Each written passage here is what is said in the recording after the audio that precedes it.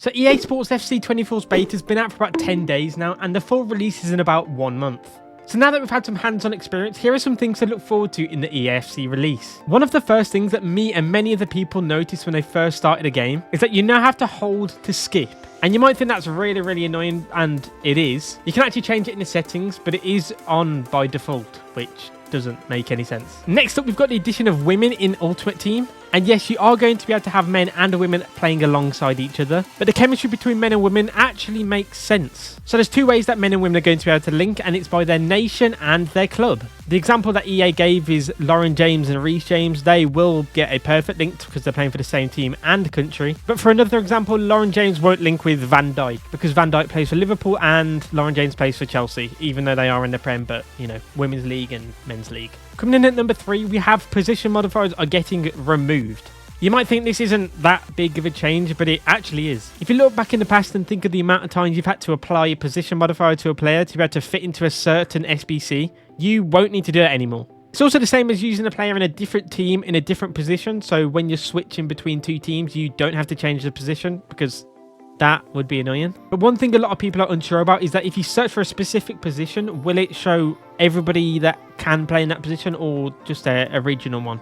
See, people aren't sure. And next we have a pretty big change is that icons will only have one card. So EA haven't gone too much into detail with that, but in the past icons have had a lot of cards starting from baby, base and prime, but now there'll be only base. But that doesn't mean it's a definite no to like team of the year icons or trophy titan icons, so it's hard to say because it's too early to guess. And here's one that a lot of players are going to be excited for is cross-platform transfer market.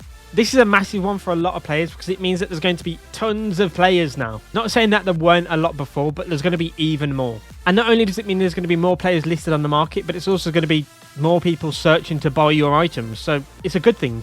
In the past, it used to be just console, Xbox and PlayStation, and PC would be separate. But now they're going to be all joining together to make one happy transfer market. Here's one that not many people liked in the beta, and hopefully they change it for the full game. It's that by default, the triangle above players' heads would be green, which matches the pitch. In the past, we've had red as player 1 and blue as player 2 and so on, but now it's green on player 1. Like, whose decision was this? And if they don't change it by the time that they fully release, there will be a video on my channel telling you how to change it. Next up is Claim All. This is something that the community has wanted for years. Ever since objectives have been introduced, everybody has wanted this. Some people go the entire year without claiming some of their objectives, and that leaves that really annoying little red notification on the objectives tab all the time. So now EA have introduced that you can claim them all from one button. Next up is winning more awards or trophies in your career mode. So in the past, you've been able to win League Cups and that's about it, but now they're introducing Ballon d'Ors and much more. I'm really hoping you can choose what your player wears to these events. Next up's quite a funny one. If you're running at a fast pace and you instantly direct your character either up, down or past the goal, you can run into the ad boards. And if you're running fast enough, your player will actually go over the ad board, which will leave your team with 10 players on the pitch for a good couple of seconds. Luckily, it doesn't mean your player will be going over every time, but if they're running at a slower pace, they will just bump into it and be able to just continue. But even still, it's a cool feature.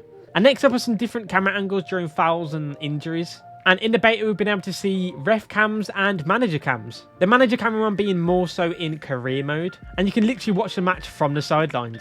Another one for all the career mode players, they're going to be getting player agents. What this means is that when you're playing career mode and you potentially want to move club, you will be getting help from a player agent. In the past, you've had to do a lot more than just get help, but this should make your career a little bit more interesting and a bit more fast-paced. Next up is traits are getting replaced. You may have heard about this, they're called player styles and player styles plus. So there are tons of different player styles depending on the person's position. For example, Haaland has a power shot, so assuming his power shots are going to be better than a lot of other players. Another one is the Trivela, which is the outside of the foot shot, which in the beta is really good. So I'm definitely going to be looking for players with the Trivela playstyle. Next up is something that I think a lot of you will like, is that the practice arena got a revamp. You can now place players, whether they're on your team or on the opposition's team, anywhere on the pitch. I jokingly put 20 or so players inside the net and it worked. I took a free kick and of course I didn't score. I think this is a great chance to make any scenario that you want in the practice arena. Next up is one that you've all heard about, and it's that you can get a double player walkout animation. So the example that EA gave is that you got Son and Haaland in the same pack, and they were literally playing one touch with each other. Also, make sure to like and subscribe to give you extra pack luck for your Ultimate Team packs. And this is one that a lot of players are excited for, is Evolutions. It's where you can basically upgrade a low rated player. For example, as a Wolves supporter, I'm going to be upgrading some Wolves players to actually fit in my team, and they're not going to be 79 rated. But I'm pretty sure that there is going to be a max rating, so the player can't be above, for example, 80 rating, and the maximum they'll go to is maybe 85 rating, meaning you can't just turn your Haaland into a 98 rated striker. And EA are also introducing their first amputee player. You may have seen a TikTok about Carson Pickett, and in the video they test whether they can put Carson in goal, and you can in fact not. And they also test whether they can take a throw in, and they also cannot. Here's a feature we don't really know much about but are excited for, and it's the Nike Ultimate Team campaign. The way you get access to this is by buying the Ultimate Edition, but nobody really knows what it's about yet. But I mean, rewards are rewards. And next up is cross-platform on everything. Any online game mode that you can think of will include cross-platform. So old gen PS4 and Xbox One will be able to play with each other. PS5, Xbox One Series S and X and PC will be able to play with each other. And then sadly, Switch will be playing by themselves. Next up is something a bit more in-depth, and it's about career mode and how training will actually affect players in-game. So the example that EA give is a certain player winning a header in training, and then that player using the training to actually apply it to their game. Whereas in past EA games, it would just be general experience for your player. And another big one is to do with pro clubs, which is now going to be called clubs. And it's that clubs will no longer have relegation, meaning you're going to be able to earn more and more rewards throughout the season. But at the end of the season, they'll reset you to Division 5 again. And in playoff games in clubs, you will not be able to draw, meaning the really uncommon penalty shootouts will happen a lot more often. So make sure your 6'7" striker hasn't applied all their points to heading accuracy. Tell them to leave a little for penalties. And something EA have been showing a lot in their trailers is that new skills are being introduced. Not that I'll remember how to do any of them, but they do look cool.